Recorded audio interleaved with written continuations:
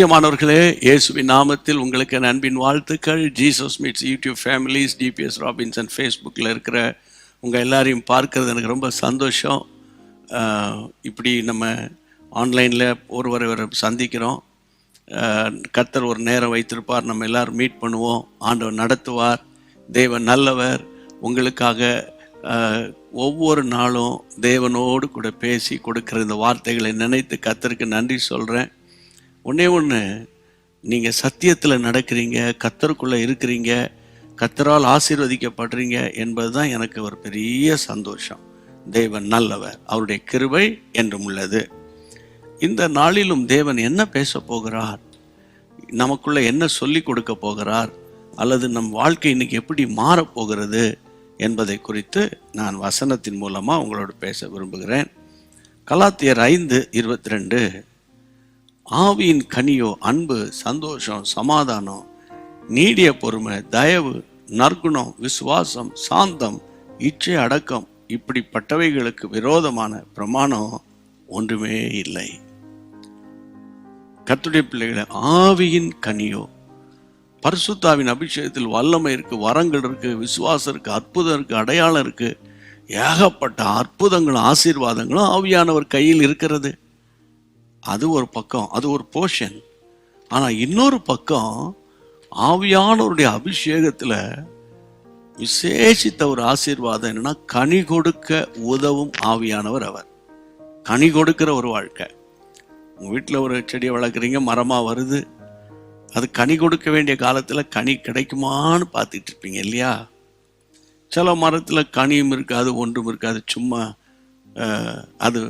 அது வீணாக நின்று கொண்டு இருக்கும்போது இது எதுக்கு இருக்குது, வேஸ்ட்டாக வெட்டி போடலாங்கிற எண்ணம் வரும். பைபிள்லேயும் அப்படிப்பட்ட ஒரு சம்பவம் சொல்லப்பட்டிருக்கிறது. எஜமான் வந்து தேடுகிறார், கனியே இல்லை, கனியே இல்லை. அப்போ எதுக்குப்பா இந்த அத்திமரம் இருக்குது, இந்த அத்திமரத்தை வெட்டி போடுப்பா, 3 வருஷமாக நானும் சுற்றி வரேன், கனியே கொடுக்க மாட்டேங்குது, இதை நம்ம வெட்டி போடலாமான்னு கேட்குறேன். உடனே ஒரு கோடாரியை கொண்டு வந்து தோட்டக்காரன் வெட்டி விட்டான். அப்படியா சொல்லப்பட்டிருக்கு? இல்லையே.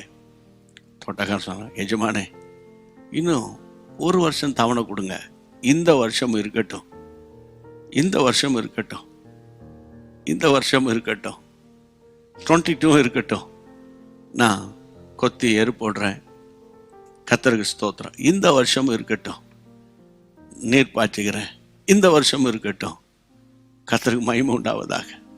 அப்படி சொன்னோன்னே சரி பார்க்கலான்னு விட்டுட்டு போகிறேன். என் அன்பு தேவனுடைய பிள்ளைகளே, கனி கொடுக்க வேண்டிய ஒரு காலம் இது, சரியா? ஆண்டவர் உங்கள் இடத்துல கனியை தேடுகிறார். என்ன சொல்கிறீங்க நீங்கள்? அதுதான் அன்பு. வசனத்தில் வாசனல சந்தோஷம், சமாதானம், நீடிய பொறுமை, தயவு, நற்குணம், விசுவாசம், சாந்தம், இச்சை அடக்கம். கர்த்தருடைய பிள்ளைகளை, இப்படிப்பட்ட கனியை கர்த்தர் நம்மிடத்தில் எதிர்பார்க்கிறார். 1000 போராட்டம் பிரச்சனை வந்தாலும் நம்ம கனி கொடுக்குற விஷயத்தில் கவனமாக இருக்கணும், கேர்ஃபுல்லாக இருக்கணும். சாத்தான் வெட்கப்படுத்த பார்ப்பான், கேவலப்படுத்த பார்ப்பான், அவனுக்கு பேரை குற்றம் சாட்டுகிறவன். இவ்வளோ பைபிள் வாசிக்கிற, இவ்வளோ ஜெபம் பண்ணுற, எல்லாம் நல்லதாக இருக்குது, இப்படி பயங்கரமாக கோவப்படுறியடா அப்படின்னு பேசுவான்.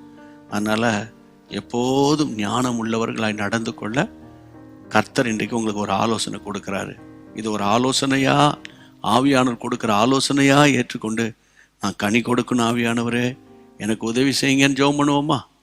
அப்படியே கரங்களை உயர்த்தி, பரிசுத்த பிதாவே, வானத்துக்கும் பூமிக்கும் சகல அதிகாரங்கள் படைத்தவரே, உம்முடைய நாமத்தினாலே நான் ஜெபிக்கிறேனப்பா, இயேசு கிறிஸ்துவின் நாமத்தினால, இயேசுவின் நாமத்தினால ஆண்டவரே நாங்கள் கனி கொடுக்க போகிறோம், குடும்பமாக கனி கொடுக்க போகிறோம். ஆண்டவரே, அன்பு, சந்தோஷம், சமாதானம், நீடிய பொறுமை, தயவு, நற்குணம், விசுவாசம், சாந்தம், இச்சை அடக்கம் என்ற கனியை நாங்கள் கொடுக்க போகிறோம். கர்த்தரான் அப்படி செய்ய போறீங்க, ஆவியானவர் அதை செய்ய போறீங்க. ஓ ஹல்லேலூயா, தேங்க்யூ லார்ட். எங்கள் வீடு ஒரு கனி கொடுக்கிற வீடு, அதற்காக உமக்கு ஸ்தோத்திரம். ஆண்டவரே, எங்கள் பிள்ளைகளின் பிள்ளைகளெல்லாம் நீர் அப்படி ஆசீர்வதியும். இயேசுவின் நாமத்தில் ஜெபிக்கிறோம் பிதாவே, ஆமேன். கர்த்தருக்கு மகிமை உண்டாவதாக. பிரியமானவர்களே, நீங்கள் இந்த செய்தியை எத்தனை மக்களுக்கு ஷேர் பண்ணுறீங்களோ அவ்வளவு பேரும் தேவனால் ஆசீர்வதிக்கப்படுவாங்க. அப்போது கர்த்தர் உங்களை சியோனிலிருந்து ஆசீர்வதிப்பார். கர்த்தருக்கு மகிமை உண்டாகட்டும். மீண்டும் சந்திப்போம். God bless you. அன்பான தேவனுடைய பிள்ளைகளே, இச்செய்தி உங்களுக்கு மிகுந்த ஆசீர்வாதமாக இருந்ததென்று நாங்கள் நம்புகிறோம். தொடர்ந்து எங்கள் செய்திகளை கேட்டு கர்த்தருக்குள் ஆசீர்வதிக்கப்பட ஜீசஸ் மீட்ஸ் மினிஸ்ட்ரீஸ் என்கிற எங்கள் யூடியூப் சேனலை சப்ஸ்கிரைப் செய்யுங்கள். மேலும் உங்கள் ஜெப உதவிக்கு எங்களோடு நீங்கள் தொடர்பு கொள்ள வேண்டிய தொலைபேசி எண் 9841252836 மற்றும் 7299546363. Email gpsrobinson@hotmail.com. கர்த்தர் உங்களை ஆசீர்வதிப்பாராக.